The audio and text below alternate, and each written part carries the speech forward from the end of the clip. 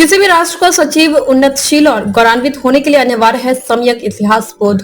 बौद्धिक प्राणी होने के कारण मानव इतिहास का अध्ययन अपनी जिज्ञासा को शांत करने, अतीत को समझने और उसे सीख कर बेहतर भविष्य के निर्माण के लिए करता है। भारत के संदर्भ में यह जानना आवश्यक है, हम भारतवासी अपना इतिहास क्यों जानना चाहते हैं।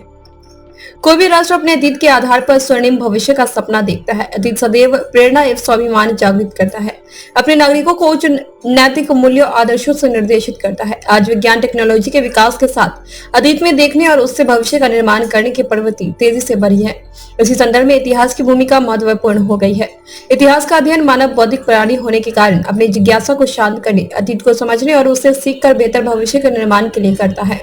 मानव जीवन का वर्तमान और भविष्य अतीत का परिणाम होते हैं। इतिहास को वर्तमान और अतीत के बीच एक निरंतर संवाद के रूप में देखा जाता है।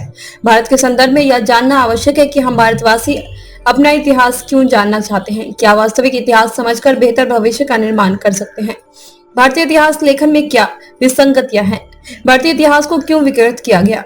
राज तरंगिणी के लेखक कल्हण कहते हैं, वह गुणवान कवि प्रशंसा का पात्र है जो राग द्वेष से ऊपर उठकर एकमात्र सत्य निरूपण में अपनी भाषा का प्रयोग करता है।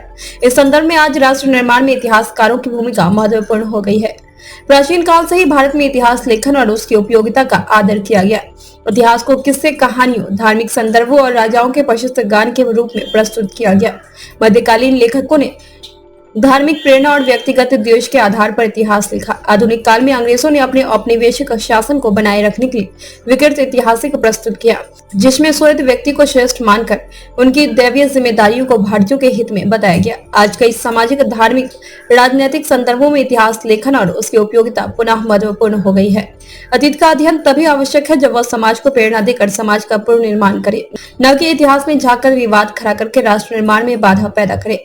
आज भारत में इतिहास को इसी संदर्भ में समझने की आवश्यकता है और राष्ट्रीय शिक्षा नीति भी इसी उद्देश्य को आगे बढ़ा रही है। प्राचीन काल का भारतीय इतिहास ज्ञान, विज्ञान, कला और मानवीय मूल्यों से परिपूर्ण है। प्राचीन भारत का सांख्य दर्शन विज्ञान का आधार माना जाता है। वैशेषिक, मीमांसा, योग जैसे दर्शन संपूर्ण समाज के लिए ज्ञान का आधार है। महात्मा बुद्ध, महावीर, स्वामी, वेदों, उपनिषदों में वर्णित ज्ञान आज मानवीय मूल्यों की स्थापना के लिए अनिवार्य है।